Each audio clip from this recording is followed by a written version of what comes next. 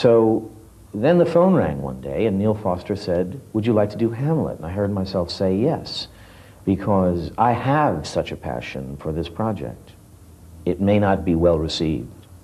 It may be well received, I don't know. But I'm not doing it for that. I'm doing it because finally, after all these years, I have a passion for the project. Richard Dreyfuss has acted since the age of 6, but has never directed anything before, films or theatre. It hasn't been for lack of offers, but the right offer by chance, though not from Broadway or anyone in Beverly Hills, but from a small stage company in Birmingham, barely 2 years old. I never saw Birmingham. I never saw it. I haven't seen it yet. I've seen the theater, and it's beautiful. It's quite beautiful. The old Rep in Birmingham was built in 1913, just before the Great War. These days mostly has productions. In its repertory company days until 1971, anyone who was anyone played here: Olivier, Richardson, and Paul Schofield. I mean, it's really wonderful to walk up one of the staircases at this theater and see Sir Cedric Hardwicke and this incredibly young Olivier. The picture of Olivier is, he looks about 18. I mean, really, he looks very young. To know that they played on that stage is, it's a very dramatic rake. The audience is very high.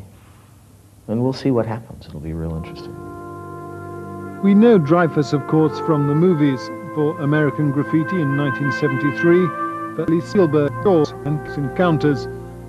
For his Oscar, age 29, for Neil Simon's The Goodbye Girl in 1977. Dreyfuss's work in the 1980s doesn't linger in the mind in quite the same way. Films like Moon Over Parador, Down and Out in Beverly Hills, Stakeout, and perhaps the best of the bunch, Barry Levinson's Tin Men. But over the years, there's also been time for Shakespeare on the stage. For me, Hamlet is the one I hold dearest.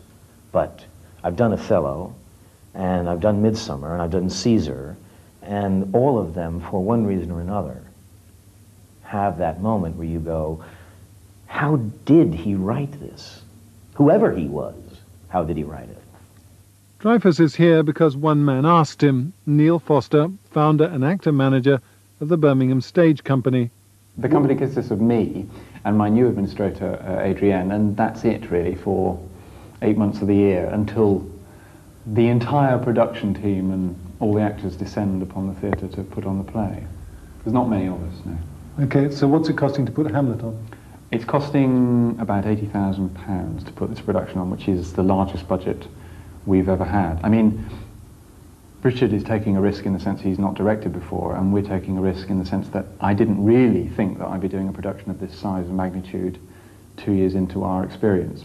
Neil Foster has made something of an art form of the celebrity interview. Actors like Derek Jacobi and Dustin Hoffman have been interviewed on stage to help finance his productions. The first time Foster met Richard Dreyfuss was outside a Broadway theatre. The trick of getting people to listen to what you say is don't take a breath. You have to be an actor to learn this. You don't take a breath and you don't pause, so you get your whole spiel out. So it's simply, hello, Mr. Dreyfuss, my name is Neil Foster. I wonder if I have a quick word. I've come all the way from England and I want to do this interview on stage, and I wonder if you'd let me do it, and we'll be doing it in 2 months, and it would raise money for my company. I wonder if that would be okay.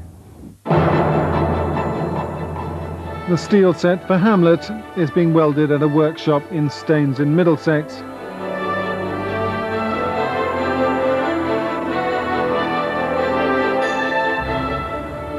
My father.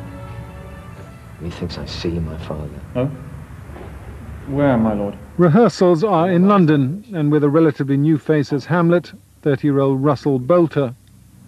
He was a man. Taken for all in all, I shall not look upon his like again. In very brief terms, too brief to do it justice, I thought, let's emphasize in the theatrical part the Viking story, the Danish story. Let's bring that into focus. You know, these are people that England held in awe, and I wanted to bring that out. I wanted to bring the blood back to the play. Now, this skull, sir, was Yorick's skull, the king's jester. What, this?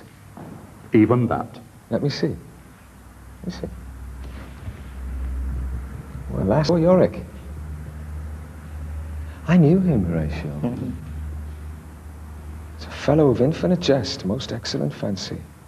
We literally found our Claudius and our Hamlet at the last moments.